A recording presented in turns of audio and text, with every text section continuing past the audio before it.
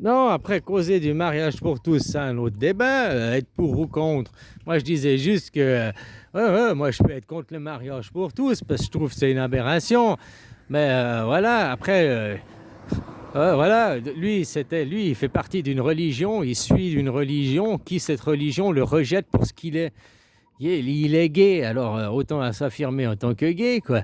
Voilà, puis trouver une religion où il pourrait s'affirmer, puis trouver des gens de sa communauté qui l'acceptent pour ce qu'il est, puis il n'aurait pas besoin d'être dans le paraître, d'être dans le focusisme, hein. Puis après, il se dit chercheur de vérité, nous donner l'exclusivité, la vérité, blablabli, blablabla, alors que lui, il vit dans le mensonge, il est pas authentique dans sa vie quotidienne avec les gens qui côtoient, quoi, puisqu'il ne raconte pas la vérité. Il raconte pas justement qu'il est gay, quoi. Il cache ça à cause de sa religion, quoi. Donc, tu vois, c'est ça que je reproche, quoi.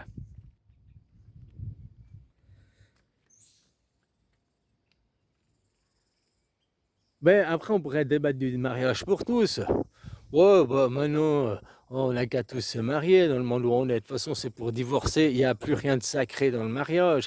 Parce qu'autrement, je serais contre, parce que du mariage pour tous, parce que je serais que pour l'union d'un Satan et d'un Dieu, d'un homme et d'une femme, de deux opposés complémentaires, qui peuvent créer un enfant, qui peuvent donner la vie. Voilà, quoi. Là, tu vois, dans la pureté, c'était ça, quoi. C'est l'union de Satan et l'union de Dieu qui s'unissent, qui trouvent la paix. Et quand ils trouvent la paix, ils deviennent créateurs d'un enfant. À la base, à la création, au niveau embryonnaire, hein, création des cellules dans l'embryon, tes premières cellules sont asexuées. Tes premières cellules, non, tu vois, elles sont créatrices, elles sont asexuées. Elles sont ni Dieu, ni Satan. Elles sont créatrices. Après, elles se sexualisent, tes cellules, au 12e jour de ta vie. Tu vois ça? Donc c'est pour ça, si on voulait garder le côté sacré, mais pour ça, il faudrait expliquer les gens qu'est-ce que c'est le sacré et pourquoi c'est sacré. Parce que c'est unir Dieu et Satan. Après, je ne vais pas dire, ah, moi je suis un homme, donc je dirais Dieu c'est les hommes et les femmes c'est Satan, quoi. Parce que voilà, c'est mon point de vue. Mais je peux aussi très bien te dire l'inverse, hein. Les femmes, c'est Dieu parce qu'elles donnent la vie, elles ont les bébés dans le ventre, et nous, les hommes, on est les grands méchants, hein. Voilà, c'est nous qui mitraillons avec plein de sperminators. Dans le vagin de la femme, c'est comme si tu étais un virus, tu envoyais des extraterrestres, des envahisseurs. Hein, pour la femme, la femme dans son vagin, il réagit pas. Oh, c'est du sperme, cool, c'est la vie. Vite, acheminons-le à l'ovaire et ayons un enfant. Non, ça fonctionne pas comme ça dans le vagin. Le sperme, il voit ça comme un envahisseur, comme un corps étranger qui doit tuer, qui doit éliminer. Hein, donc voilà, quoi. C'est un parcours du combattant, hein. Quand tu arrivé à être à la germination, puis que tu arrivé à la grossesse, à l'enfantement, puis que tu arrivé à devenir enfant, à naître, t'es déjà un survivor, tu es déjà un survivaliste. Tu sais, déjà le sperme, le petit sperme, comme il a dû survivre pour puis arriver, le chemin de croix qu'il a dû faire pour arriver jusqu'à l'ovaire, hein. Puis après, même en étant ovaire au début embryonnaire, quoi,